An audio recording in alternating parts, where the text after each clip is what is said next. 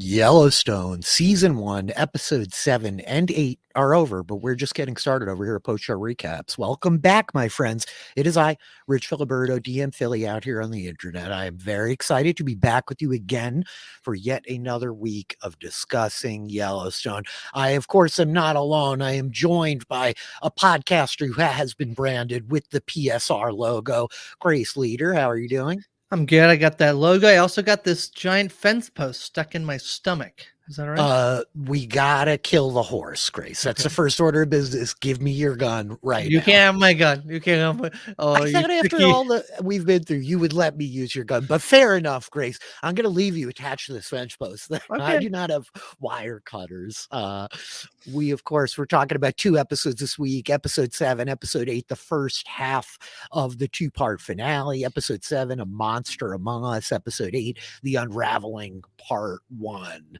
How you feeling about Yellowstone this week, Grace? I actually like these quite a bit. I think it's a lot of Yellowstone here with these 2 episodes, but I think that there is a lot of good stuff about these episodes. I really I've been saying on these pods that I feel like when everything sort of like comes back, like maybe I've said all roads lead to John Dutton. He's like a magnet. When like things get Mm-hmm. pulled back into his sphere, I feel like that's when things are really the most compelling. I feel like there's a lot of really good stuff in these episodes from even with Beth and Jamie, who I've been a little bit less high on, but the way that their storylines are, like the way things are intermingling between Beth figuring out how she's going to take down Dan Jenkins' company, Mm-hmm. Dan and Thomas trying to figure out how they're going to try to take out John. Jamie's running for office. We have all of this stuff that's like intermingling, and John doesn't want him to run to office. All while John continues to be very sick. So I thought these 2 episodes were really good, and I'm excited to chat them through with you. Yeah, me too. Of course, I should be saying this. I don't know if we've been making enough noise about it, but all of these recordings are up on YouTube. You can catch us over there, Post Show Recaps, the YouTube channel. And we have an RSS feed, postshowrecaps.com/Yellowstone. If you want to make sure you are not missing any of the coverage as it comes, well, we are talking about Yellowstone every week. Grace, I got 2 long, short recaps. So it's going to be an extra long, extra short recap that I will give, and then we can discuss both episodes collectively. The choice to split the 2-part finale up across 2 weeks, odd, but I guess they're just trying to fill real estate over there on CBS, huh? I think so. Yeah. Yeah. That's what it sounds like to me.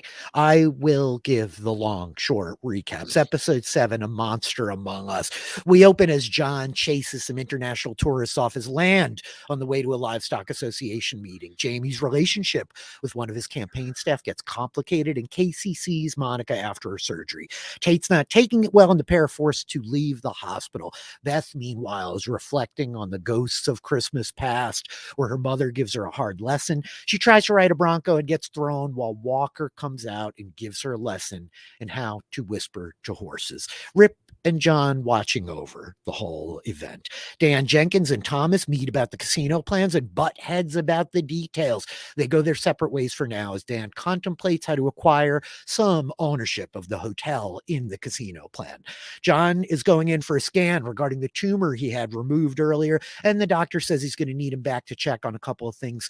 Someone ends up coming to the ranch to serve John Dutton papers, and Jamie pulls a shotgun out on them before he himself is served in place of John as his attorney. Monica's awake again, and the prognosis looks good, though she is still at risk. Tate heads back to the ranch with John, and Rip tries to find the bear again, but discovers a pair of hikers stranded and hanging off a cliff. He throws them a rope, explaining that he will not be able to pull them both up at the same time, but they panic and the woman falls to her death. He tries to pull the man, but the fellow releases his grip, falling to join his girlfriend at the bottom of the canyon. The bear, meanwhile, appears out of nowhere, charging Rip, who manages to kill it just in the nick of time. Thomas Rainwater comes to see the boy who hurt Monica and explains that if she lives, he'll get one more chance to make something of his life. He then takes in the impoverished community as he drives off the reservation and wonders if he'll ever be able to make any of a difference for his people. John gets to the ranch with Tate and ends up suffering terrible pain, asking Beth to watch over his grandson, while Jamie officially launches his campaign. with Rip unable to reach him. Monica's suffering some serious issues in her early recovery, and John ultimately prays for help, expressing that he is not ready yet and still has too much to do. That is episode 7. For episode 8, The Unraveling, part 1, we open on a flashback as a young man kills an assailant with the cast iron skillet. A young John Dutton has his men bring him to a boy who's been sleeping in his barn, and we come to learn that this is a young Rip meeting John Dutton for the first time. John agrees to take him in, saying that he'll have to prove himself and pay a price. Meanwhile, the bodies of the dead hikers are being removed from the property, and the Fish and Game Warden does not believe Rip's story at all, explaining that this situation is going to cause a major problem with the feds. Monica is working through physical rehab and says that she wants to go home with her dad on her release because she no longer knows who her husband is. Jamie, on the campaign trail, when we discover that the woman who was so interested in John from the canoe in episode 7 is working on his staff and asking too many questions for the campaign manager, Christina. Casey comes home only to find that his house has been ransacked by treasure hunters who have taken the dinosaur bones out of his backyard. Meanwhile, Rip brings a fish and game officer up to see the bear corpse, but she loses control of her horse and ends up impaled on a fence post. Fortunately, he's able to get help for her just in the nick of time. The reporter, who we know now to be Sarah Nguyen, tells her girlfriend that she said too much at work today, but explains that she really needs to break this story. Dan and Thomas on the golf course discuss the casino plan, and we ultimately learn that if the tribe owns the land, there will be no permit issues, and Dan can own the hotel and make a mint on it. Thomas expects that they're going to be able to increase the property values and ensuingly the taxes for said properties, which will drive John Dutton out of Montana. Thomas tells Dan he can't trust anyone, but he can trust him on this, and they shake on it. Beth, meanwhile, working over Dan's finances, spots his wife on the street. Casey telling Tate that the bones were stolen. They end up going to visit Monica, who explains to Casey that she sees him differently now. He reveals that he did, in fact, kill her brother, and she says that protecting their son means she needs to keep him away from John Dutton. Beth, meanwhile, is waiting for Dan at his house, where he finds his very naked wife flirting with Beth's assistant. He tells Beth that he's going to ruin her and her entire family, and she retorts that this is just fun for her and that the actual hurting starts tomorrow when she's going to buy all the shares of his company, and he will not be able to stop her. Somebody tries to rob Casey at a gas pump, and he beats the man into the ground while Rip and John discuss the fate of the game warden as Jamie gets home. John explains that Jamie needs to withdraw from the campaign because he hasn't been around to help for the last couple of days. Jamie demanding that he earns this, but John asserts that he hasn't done anything to help but to stand by while John builds the empire that Jamie stands to inherit. The pair come to blows, and Rip has to pull them apart, where John ultimately says that the Attorney General will announce tomorrow that he's running again with John Dutton's support. Meanwhile, Walker comes to talk to Rip and explains that he's not going to break the law for the ranch, and Rip tells him that he shouldn't have taken the brand then, that his chance to leave the property has passed him by. Jamie, going back to his campaign office, explains to Christine that they have a serious problem, and he doesn't know how he's going to be able to run against his father, as the two fall into one another's embrace. And meanwhile, Grace, the boys got Jimmy a new hat, which cost them each a week's worth of salary. And we close out the episode on the mountain in the dark, where a pack of wolves have descended on the carcass of the bear. I can't believe that was just in 2 episodes of television. A lot of crazy stuff happened, Grace. A lot of crazy stuff that happened. Yeah, the whole bear thing. I mean, should we just start there? This whole bear storyline. Yeah, We let's saw talk the about bear. the bear. The bear confronts Casey last episode. The Rip bear shoots it off. They go. We get a scene where they go and try to, like, capture the bear. They know they can't kill it because it's like an endangered species or whatever. Ultimately, we have this thing with the tourists at the beginning of the episode, and then we have these other. Yeah, where John is gonna, this like very American, like, yeah, we don't share land around here. Do they share land in Canada, Grace? We don't. No, we also don't. No, Oh, we we we don't all share land we with also stole America. it from the indigenous peoples who were here Yeah, first. exactly. Yeah. Yeah. And then claim it as our own. And then the people on the side of the cliff is just wild. A Isn't it wild insane? storyline. And then he shoots the bear, and then we gotta like be investigating the bear. That woman has a fence to repose, and then ultimately like the fact that it got like they didn't get to see it that day. Seemingly the wolves will cover up that the bear was ever there or something, right? Is that the thing? I don't understand. I guess The wolves eating the bear, I think it's a metaphor for John Dutton is the bear. right. And it's Okay. about like the wolves are coming to circle, right? It's the Right. unraveling part one. And he's got the whole beat there with Rip of like, my family's had this ranch for generations. I'm going to be the man to lose it. I don't even know what I'm Right. trying to save it for anymore, Right. right? I Right. think like, yeah, that's what we're Okay. doing there. Right. Yeah, because I guess it's already been investigated to a degree. They're just like sending the whoever this woman is who's gonna end up in the helicopter later. But yeah, the whole bear thing is It's pretty wild. insane, isn't Yeah. it? It's Mhm. absolutely incredible. I just want to stop down and say great bear acting. It is pretty This good bear acting. Yeah, Yeah. the bear acting Mhm. is really good. I'm really curious what they buried to keep him in that field. I love the Buried. Japanese exactly. I love the Mhm. Japanese tourists being like, "But he's friendly." Yeah. No, he's not friendly. The bear is not friendly, tourists. Do not cross the fence to take better pictures of the bear, guys. Just don't do it. I know Grace and I gave you like the bear running tactics 101, Mhm. but like, Hey bear, whoa bear. yeah, Yeah. Mhm. if it's brown, lay down. Just Yeah. don't even cross the fence. Stay on the bus. Yeah. And John in his suit because he's gonna go to the Stockman's dinner or Yeah, whatever. yeah, yeah. It's very cool. He looks very good. And then yeah, he's delivering like probably the most right wing thing we've ever seen on the show, which is just like I'm American. It's like okay, cool, cool. I mean, there is this whole thing, about like America's land owning and all of it, and I've talked about it a little bit in regards to Yellowstone.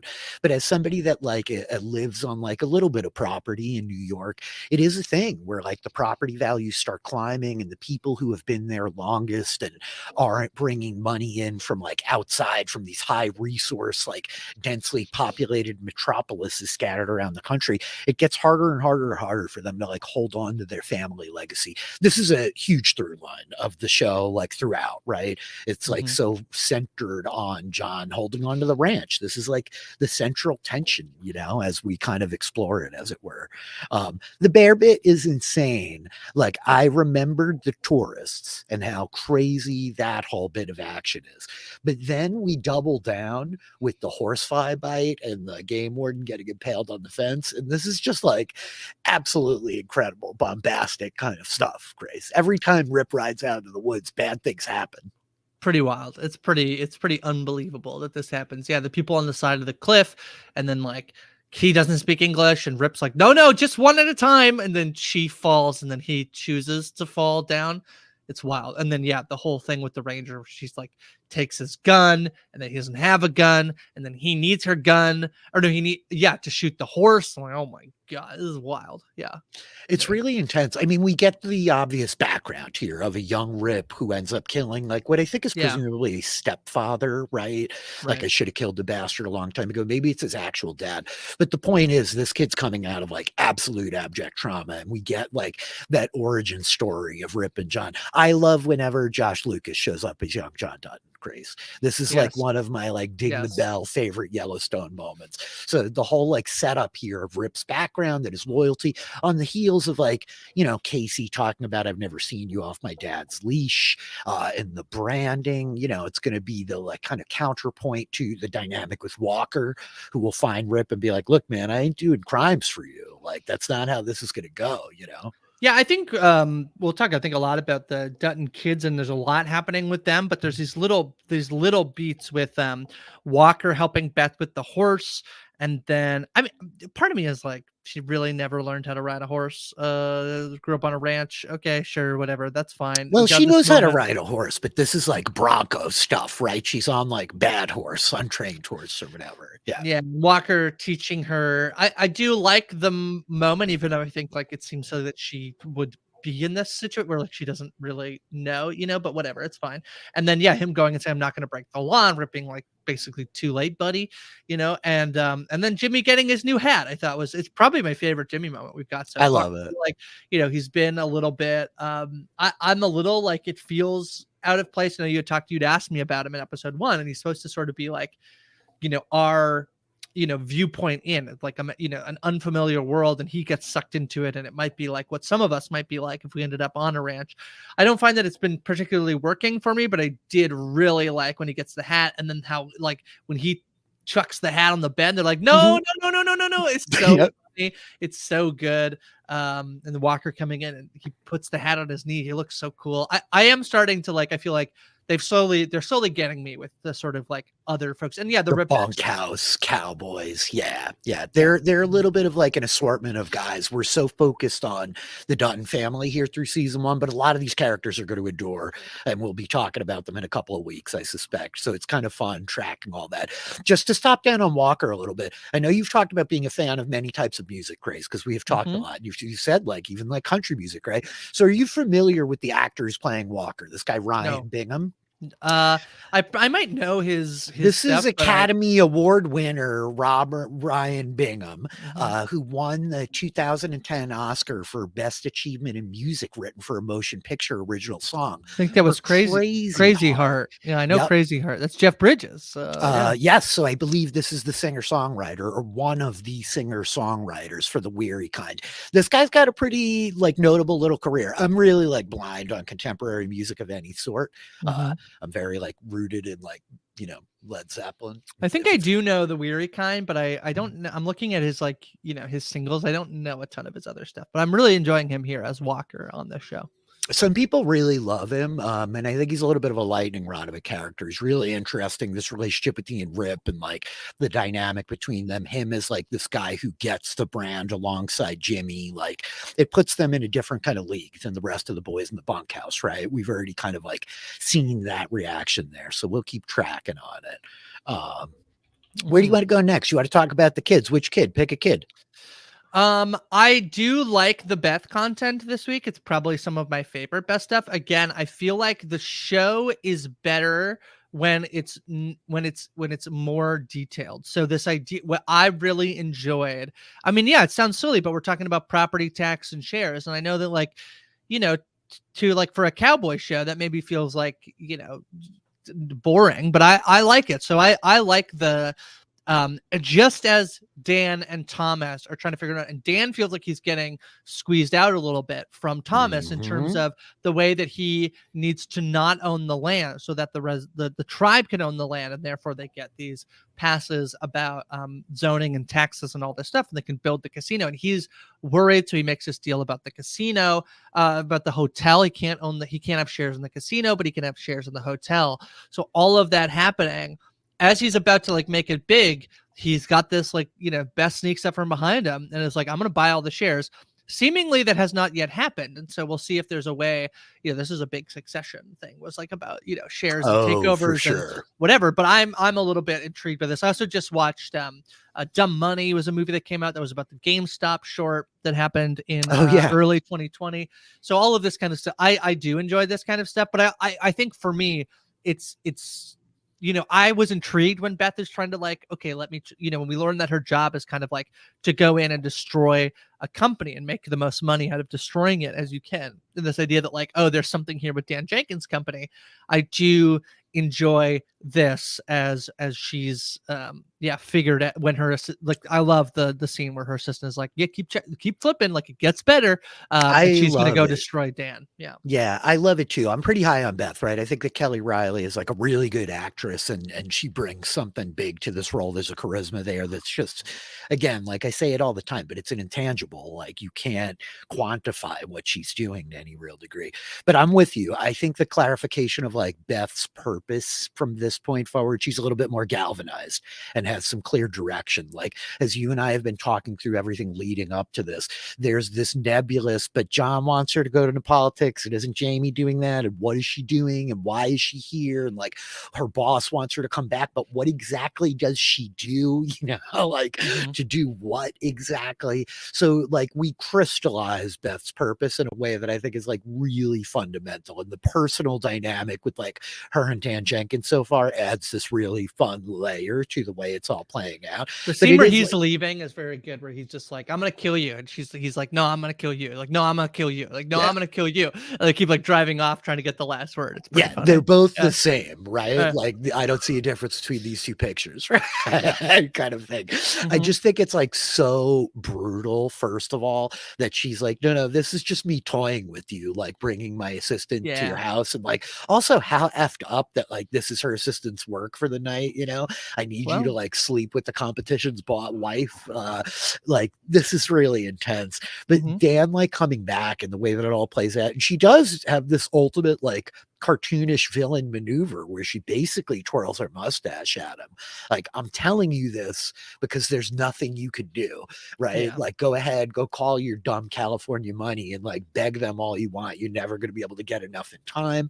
So we'll see how it goes. Like, Dan has his own pit bull and like his headhunter, his kind of like corporate beast that he's like brought out from California. So we'll see what this looks like as we talk about the final part of the finale last week. But I do think There's it's like, also yeah. Sorry, no, I was gonna say there's also the Beth flashback stuff, which I want to. that's what I was going to say. We do have Right. like this really great crystallization in the moment, but then we go back to the flashback, which is like obviously about this very like coming of age womanhood. She's going to have her first period. And the mother who in the last flashback we got left this girl with like insurmountable trauma as she laid in the field dying, right? Like, is now giving her this really hard lesson that very much mirrors what John said to Beth last episode of like, you're the only one in my family strong enough to hear this. I need you to man up. And it's this real, like, obvious irony as she is the only daughter, but like the mother giving her the speech, you have to be more man than any of them could ever be. I thought it's like good symmetry there. I really do love the flashbacks. Like, the whole Christmas setup too, by the way, ostentatious. I just want to like circle back on my like John Dutton creating little princes and princelings. Like, this is an issue, Grace. I watched Succession. I see how that played out. I do really like the flashback. I think that there's a way in which the first time, even though I thought it was really strong, I think there's a way you could argue that it's such a caricature of the sort of evil mother, typically like, evil stepmother or whatever. Sure. And just how brutal she is to her daughter. I think that it's interesting to then pad that out with this idea of her telling her like, I'm going to be harsh for you because I think you need it. I think that that's what my mother did to me, and I'm gonna give it back. I imagine that Yellowstone has a fair bit, knowing that they prequelize some of the Yellowstone. That there's a lot of like, what is the thing of like, daddy is you. Bad men all create the bad men. best cowboys have daddy issues. I Yeah, only there's know that, and Lost. and then also just like, generational trauma is basically what I was trying to think about phrasing about this. But anyway, I think that this to me is just interesting in the sense that I really think that this is a real philosophy that many people have of, I feel like there is this thing, I think you could see it. I'm going to like talk about some things that are happening recently is like student loans. There's a thing that people are like, well, I paid my student loans. So people who get student loans now shouldn't get them paid off. And this idea that, also the idea that good things come from hard times. I do believe that. And I also believe that that doesn't justify bad things happening to people, right? I feel like the less we can make sure bad things happen to you, but there is this idea that people, and especially we could see it in a cowboy culture of you need to be callous, you need to be hard, and I need to treat you in a way that will make sure that you don't, and it's super common in shows. Like, I mean, this is the whole Succession thing, right? Is that like, he's a genius and he went through all these step hard, and that's what makes him a genius, and Logan Roy, and that his children who are like coddled and grew up with this like lavish lifestyle, like are not like that, right? And so, but I think it's such a toxic mentality from the mother in a way that I think actually makes her in some ways more evil than before. I think there's one way to look at the of like, yeah, she's also been through trauma, clearly, as she's articulating that like she Oh was yeah. mistreated. And at the same time, the fact that she can realize she was mistreated and then can say, but that's why I'm going to do it to you, I think is like so sad, I think. And so, yeah, I really like the way it enhances Beth's character and adds a lot to the scene we saw before. Yeah, it's profoundly tragic. All I could think while I'm watching it on this pass was like, oh yeah, this is I mean exactly what you just said, in the very simple notion of like, this is somebody who was deeply traumatized by their parents, making sure to recreate that exact experience for their child. Like, this Yeah. is explicitly them saying, I'm going to give you a valuable lesson, and then just handing them a whole bunch of their generational trauma to ensure that it will persist going forward. You know, I mean, like, there's so much there that you could take apart. Like, I think that you're spot on about a lot of this stuff, this notion that like of resentment that people have. There's this like really idealistic notion that parents want their children to have it easier. Parents want their children to have better lives, to have more successful lives. And I think that that's a very modern notion. And I think that that's like, you know, the correct interpretation, but I do not think it's as universally true as people want it to be. I think that we like speak about it in a way that like, this is the ideal. This is like, if more parents were like this, we would like have less bad people in the world, right? Because like, you know, hurt people, right? It's like kind of That what is you're what I was going for. That's what I Yes. was looking for. Yes. Yes, I Hurt figured people, it hurt out. I people. deciphered it. We record a lot together, Grace. And like that's the notion, right? Hurt people do hurt people. And like I know that it's like a thing that I'm constantly like working on with myself, of like all of the scenarios I was subjected to and the way that that manifests in my behavior outwards, right? And like trying to manage it. This is why psychology is $1 billion industry, right? It's like there's a lot to unpack here. I just love the veneer of this loving, tender, heartfelt moment between these two women, of mother and daughter, and this coming of age thing. And that ultimately, like the actual like text of what's happening is like really toxic and very poisonous and insidious in like a really kind of sad way, because it's also this dynamic of like her mom saying, truly believing, oh no, this is the best thing my mother ever did for me, was like damage me enough that I walked out into the world a very like jaded, hurt person, so other people couldn't hurt me as much as if I were open and vulnerable. It's like really brutal, you know? And as somebody that's a man, like, and has spent my whole life hearing about the ways that like women treat women poorly, you know, when we talk about like the patriarchy, and there's this idea that like women can't support the patriarchy, like no, this is it, right? This is exactly it to a degree. So yeah, I think it's really strong, and also gives a lot of context for why Beth defends her mother, why she defends the image and legacy of her mother, where she gets mad at the governor for sleeping, is like, stay out of my mother's bed, you know, and why she's upset about the day that she died, and is like, you know, why on this day is Avani, and that's the day that John, it's the day he most wants to forget about his mother. But you know, I think that it adds a lot of context, I think, to what we've seen so far in a way that I thought was really good. Yeah, no, I think it's also it's really insightful and like powerful going forward. Like trauma is their love language to a degree, right? And that's like really a shame. Let's talk about Casey and Monica. I know you love Monica. Were you concerned at any point of like, oh geez, Monica's gonna die? Oh my gosh, Monica's not gonna make it out of the hospital. No, I would have been pretty upset if she had died, and I'm I actually know. still upset by the fact that, like, where the storyline goes. I think that it's a fair response from Monica as she is starting to regain her memories and really putting everything into perspective in terms of the safety of herself and her son. And I know it's not like John's fault that this moment to her happens, but it is a moment where you reflect on your life and think, you know, what happens with my life moving forward when she's, you know, she's lost, you know, she's losing her memory and then she's slowly getting it back.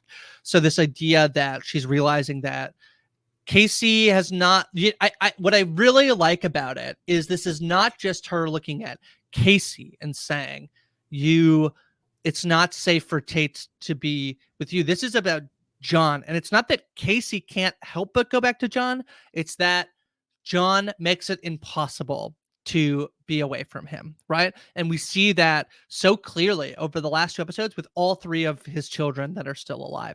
So we see it last, the episode about telling Beth to man up, and that, he wants her, that man up comment, and then the end of this episode with Jamie, where he's going to end his run for attorney general, and he needs him around here. And I know he is saying okay, then go away, but he's almost doing he's like, but also if you go away, you're not allowed to do the thing you want to do, right? It's leave, but also I'm going to leave you with nothing, which is such a terrible thing to put on Jamie, especially this thing that's his life dream.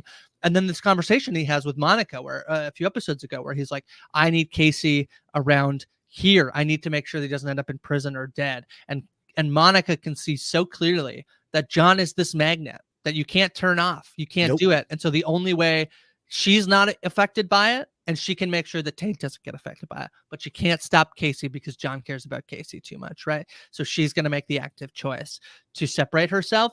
I hate it. It's sad because some of my favorite stuff has been John hanging out with Tate, but yeah, John's a bad dude. I mean, go back. The Long Black Train is about how he sends a man to go be killed because they don't need him at the ranch anymore. So, I mean, yeah, it's probably the right thing to do. And yet I'm kind of this is one of those shows that I'm I just want them all to just, get along. I want them to have a Christmas dinner and just be okay and happy, and it's it's not. It's where they're going to create conflict. So Yellowstone literally is cowboy Succession, Grace. I mean, it predates Succession, but that's what we're doing down to the two boys and a girl, and then the eldest son is actually not the eldest son anymore. We got all the moving pieces here. Connor's basically Lee done. Yeah, there's a really interesting dynamic here, because I think that you honed in on some of the Monica and John scenes, which are really tender and heartfelt. John is very meaningly having this moment with her where he's like, it's really been good to have you here. She sees how much her son loves this space. And again, it's really important to note where we begin with Casey and Monica. They don't have a lot. They live in a mobile home, right? They live amidst the other indigenous folks on the reservation, kind of. I think it's insinuated, right? They don't have a lot. They don't have a lot of resources. Monica's beside herself at the notion of making $70,000 a year. Collectively between the two of them, they don't make that when she gets the offer of the college professor gig and turns it down.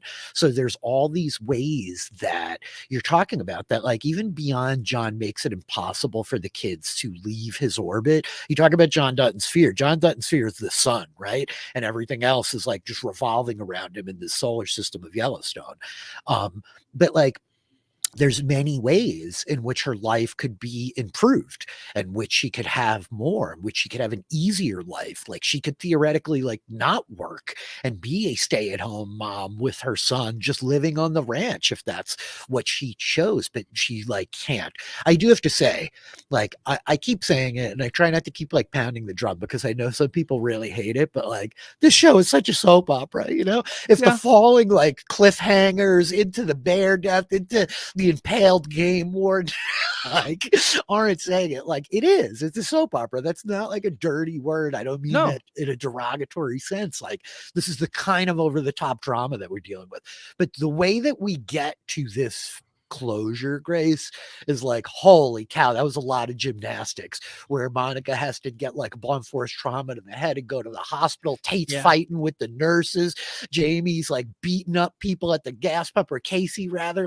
There's just so much insanity boiled into all of this. And I think that this is my fourth time rewatching this. I definitely lost the thread of why is she asking about her brother now, though, in episode 7? We've gone through a whole lot of show that we seem to not address the murdering of your brother. And it's now finally coming up. Did I miss something there? Was that really clumsy for you, or what? No, I think it's I think that sometimes this does happen, where you kind of put something in the back of your mind, and then when other things come up, then and as you're starting to you're oh yeah, yeah, can we actually talk about this? I feel this is actually I put that thing away, but I want to bring it back up now. So I don't think it was there's also, I want to just note, you talked about predating Succession. Actually, very interestingly, Succession and Yellow Jackets premiere within 2.5 weeks of each other. Succession comes first. Yellowstone. Sorry, Yellowstone. Yeah, I said Yeah. Yellow Jackets. I meant Succession and Yellowstone. Succession premieres on June 3rd, 2018, and Yellowstone premieres on June 20th, 2018. So I have this real distorted memory of Yellowstone because it came out and I remember being like, ooh, Kevin Costner cowboy show. Yeah. I am going to love this. And I didn't get to it for a couple of years. And this was like right around the time of my divorce. So time like slowed down. You know what I mean? It was like a real long year there. And I like think back on it like it like started premiering in 2010. And every time I look it up on IMDb, I'm like, oh my God, this show is only like 5 years old, right? Yeah. It's like really done a lot of cooking in a short period of time. With all the, I think it's because there's all the spin-offs and the prequels. Yeah, I've been back to like the 1800s with Yellowstone, Grace. 1883 definitely is pretty good. It's a good prequel. Yeah, I've heard it. Yeah, I gotta say, like the whole Casey Monica storyline, like I do feel like we get some thematic resonance at the end, but I just feel like there's so much like chaotic nonsense that happens to these two across 8 episodes of television that like I'm not as like emotionally hurt at the end of her being like, just go away. Leave me alone. Let me go like heal. Like I get it. And also when Tate hit that nurse, part of me was like, you see, this kid's annoying. You should be hitting your. I know his mom's in trauma, but yeah. I mean, his mom. Yeah, I mean, I'll defend the. You know, they try to restrain the kid. I feel like no good. It's not very what fair. Supposed to do. Yeah, I don't know. This is the stuff for me. This is my favorite. This is my favorite stuff. I mean, John. No, I lied. John is my favorite. John is my favorite. Like any scene with John, I'm like directly tied to John. Yes, this is the best. But the Casey Monica stuff is my second favorite for sure. I do love the her grandfather doing sage in the thing and the fire really alarm. It's pretty good. And I love that the actor who plays the doctor. I most know him from It's Always Sunny in Philadelphia, and he plays a lawyer who the gang always annoy the hell out of, and he's very funny in this role. And he does it here. He's like, goddamn cowboys, when they're like that. I do love that actor. I think he's very good in the like I am annoyed by everybody in the world thing. Indignant doctor. But I liked it. I like this stuff quite a bit. So yeah, I'm sad. Yeah. That's very fair. Let's talk about Jamie a little bit. The one like that we haven't dug deep into really yet. So the whole like Jamie thing here, he's fooling around with the campaign manager. We finally got some clarity on the Seattle Reporter has like embedded herself in his campaign staff secretly. She's undercover and about to get her spot blown up. And John wants to beat the hell out of him. John like beats him into the ground, because the whole deal here is like the campaign manager's got his phone. Rip's like calling from like the dead hikers. This is what makes it even crazier to me, Grace, that we literally put the timeline on it of like within 48 hours, 2 people have fallen to the deaths. Rip's illegally killed the bear. We brought in Fish and Game. They left. We brought the new warden back who got impaled that we helicopter airlifted to the hospital, only then for like Jamie to come home and be like, what happened? What happened? And John just hauls off and beats the snot out of him. Like John's whole thing of like, which waste of life is this going to be? That's not exactly what he says, but like which one of these disappointing children is like basically what he's saying to Rip when Jamie shows up. And so they have this whole moment where they come to blows and this revelation of like, you're selfish. All you've ever done to like help me, the only sacrifice you've made is like help me build an empire that you're going to own, you idiot. And it comes off to me a little bit like Jamie more than anybody. It kind of crystallizes in this episode.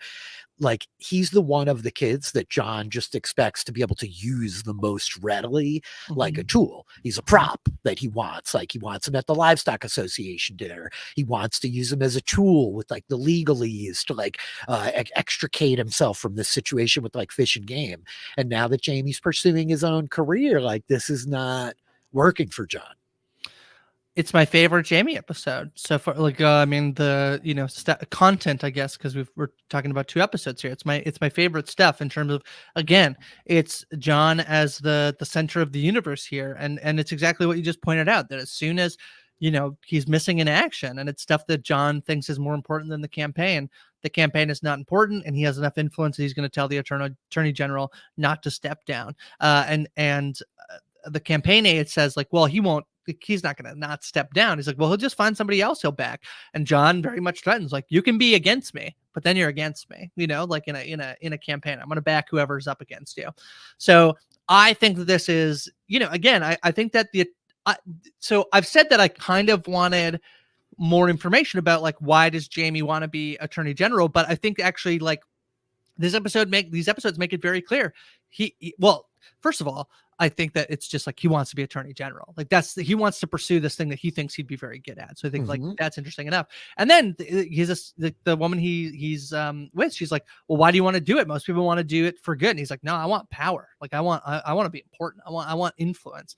And so I think that he's deluded himself a little bit to think that he's going to be able, like, this is, a thing that, I'll be actually be able to help my father way more than he thinks. But John doesn't really care. I think John's a very stubborn man. So it doesn't really matter if Jamie thinks that he actually could do a lot of good for the Yellowstone Ranch by being attorney general. John doesn't really think he can. And so it creates this conflict where he's going to basically give him this ultimatum of like, if you don't drop out, you're not welcome here.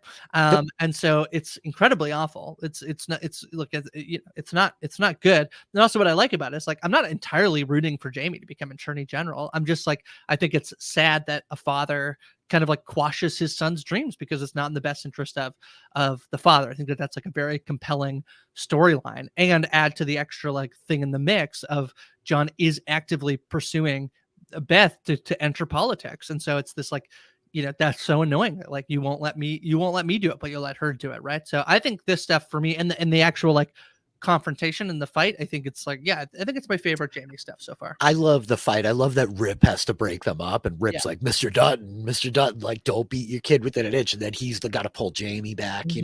I find it really relatable. I think that you're onto something in terms of like, for Jamie, there's a little bit of like, once he's attorney general, maybe his dad will listen a little bit more. Like he wants the power, but he wants it with his dad. I love when he's explaining to Christine, who's the campaign manager, like, I want the opposite of progress. Like I want things to stay the same. I mean, we talked early on, you said like when it comes to like the numbers, the accounting, the finance, Stan Jenkins, like double mortgaged houses, this is maybe not the big draw of the cowboy show, right?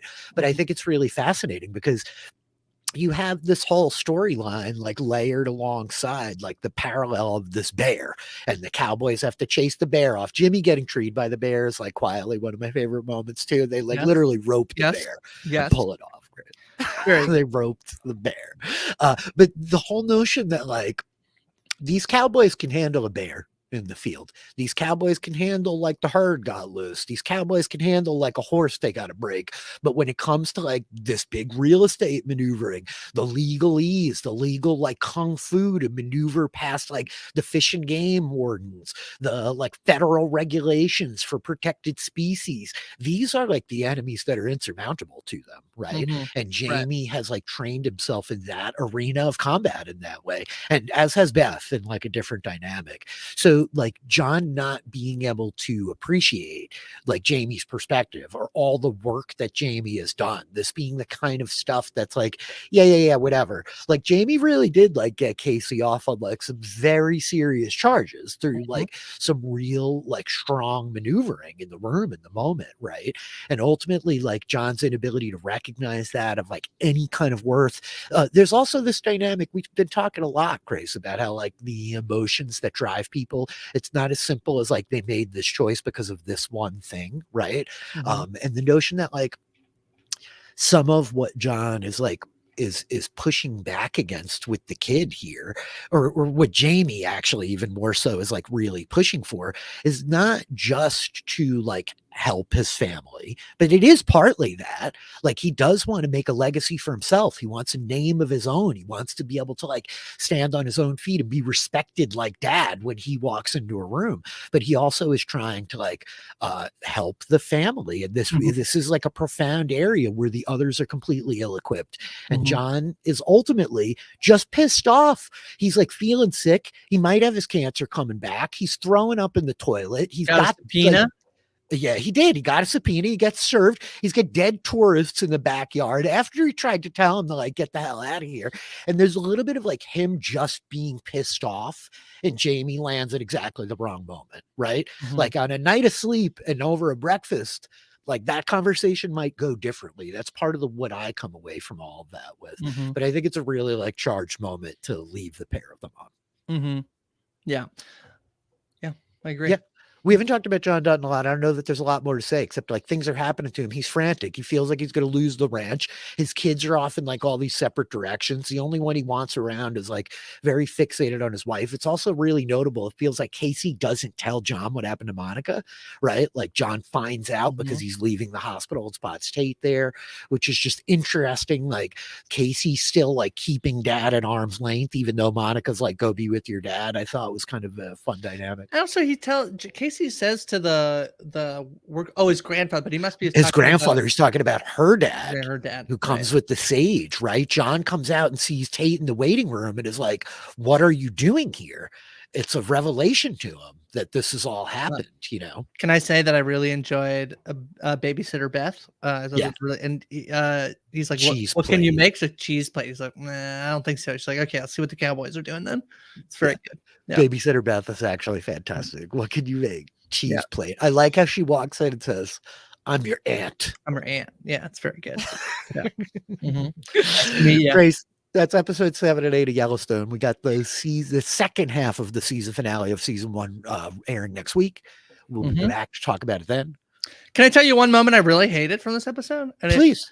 I really love Thomas Rainwater, but when they go talk to and I like that he lets the kid off, but like, boy, we're really charging the kid with murder. We're really going to even like pretend that we're charging the kid with murder because he fought another kid in the playground and then accidentally punched a teacher in the face. I don't know. I mean, I like what it tells us about Thomas. He's like, oh my God, what am I even doing here? Like, I can't, there's like, so much more wrong that he's able to fix, if we're talking about like, the systematic oppression of indigenous peoples. But I really hated the scene of like, we're going to tell this boy that the woman might die and he's going to be charged with murder. Like, oh my God, what the hell? Very soap opera as well. I feel like it's very soap opera. Thomas Rainwater, there's a little bit of the Gil Birmingham halo for me. Like, I just love him so much, but like, Thomas Rainwater's a pretty ruthless guy, I'm not saying he's not like justified in some of his motivations. And honestly, like as a kid, I think who on this podcast has talked about getting in a bunch of trouble while I was young.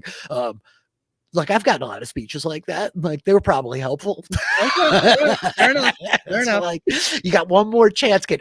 To be clear, I never was almost charged with manslaughter for like fighting in the streets. But like the whole notion of like, no, you really like if she lives, you've got an opportunity. Don't F your life up. Like, do not do this again. Do not let this be the moment to define your life. I thought was like good. And the weight of Thomas's role where he's like driving out and looking at everything like, God, am I ever going to be able to make a difference? I think it's easy to get lost in the shuffle that like these are people playing with mega money, just trying to like line their own pockets. But Thomas is also in that way, like, yes, that's true. But he's also driven by this really altruistic motivation to like help a people that the last 2 centuries have disenfranchised, Fair enough. Yeah. That's episode 7 and 8 of Yellowstone season 1. Grace, we'll be back next week talking about episode 9. Until then, what do you got going on? Where can people find you? Oh, lots of movies with Ariel, the morning show. We're covering Our Flag Means Death. You and I are chatting Rome and Tales from the Loop and all sorts of stuff going on. Full spoiler recaps as well with Jess Sterling. So I'm on socials at Hi From Grace or at Go For Grace. Cool. I'm at DM Philly out there on the internet. You can hit me up. My DMs are open on Twitter, twitch.tv/DM Philly, YouTube. You want to go catch some Dungeons and Dragons and tabletop role playing, you'd find it there. I'm talking about a lot of TV. One more week of wrap up for the Wheel of Time and the post season. I got a couple of fun Wheel of Time podcasts coming for you this week. We will be back next week. But until then, just remember, only one person at a time